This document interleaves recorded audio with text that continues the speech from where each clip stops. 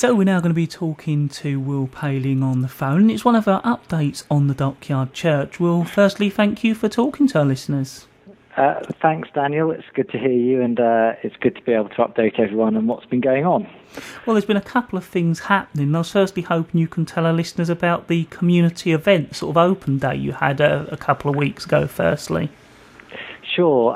This was an event that was organised as part of the grant that we got from the Heritage Lottery Fund, and we developed a programme of activities for a day, really to introduce the church to the people of Sheppey, many of whom haven't been there for a long time, some of which have never seen it and have just looked at it as a forlorn ruin and wanted to find out a bit more.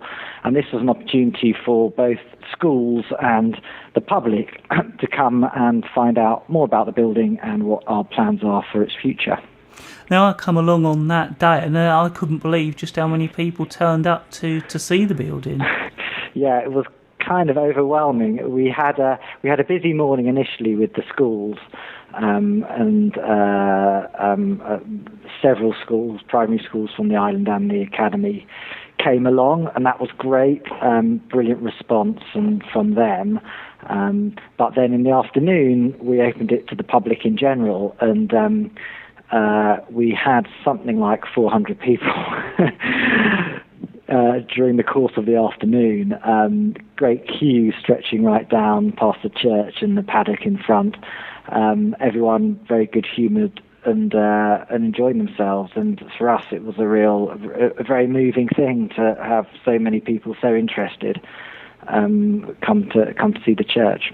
I think it was a good opportunity for you to sort of find out what people thought about the church and what they'd like to see, and also a chance to speak to people about their memories as well from when the church was still in more sort of operational times. That's exactly right, Daniel. I think, first of all, on that last point, it was very moving to hear some accounts from people who had been married in the church or christened there or been in the choir. And there was one elderly gentleman who I helped walk down the aisle in the middle of this.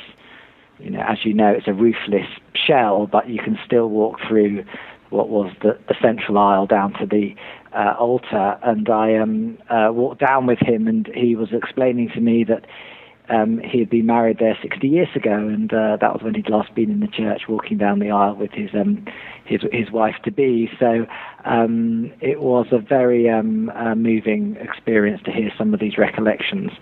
And after that, of course, as people left, we asked them to produce a response and fill in a questionnaire to tell us what they wanted to see in the church in the future, because of course our plan is to make it a building that has a community use, and it was great to hear people's responses to that. I think also you've been sort of celebrating the launch of the trust as well, I understand. Absolutely. We have now set up our new preservation trust that will very shortly take on the building, take ownership of the building from the Spitalfields Trust, which has been holding it on a sort of interim basis. So that was our first event, and then we had a little launch party as well last week to celebrate the setting up of the new trust. Was there anything else you'd like to cover, Will? I think it's really just to let people know that the project is now gaining momentum. We need everyone's support, and anybody has any ideas or can give help in kind or has any other contribution they feel they can make.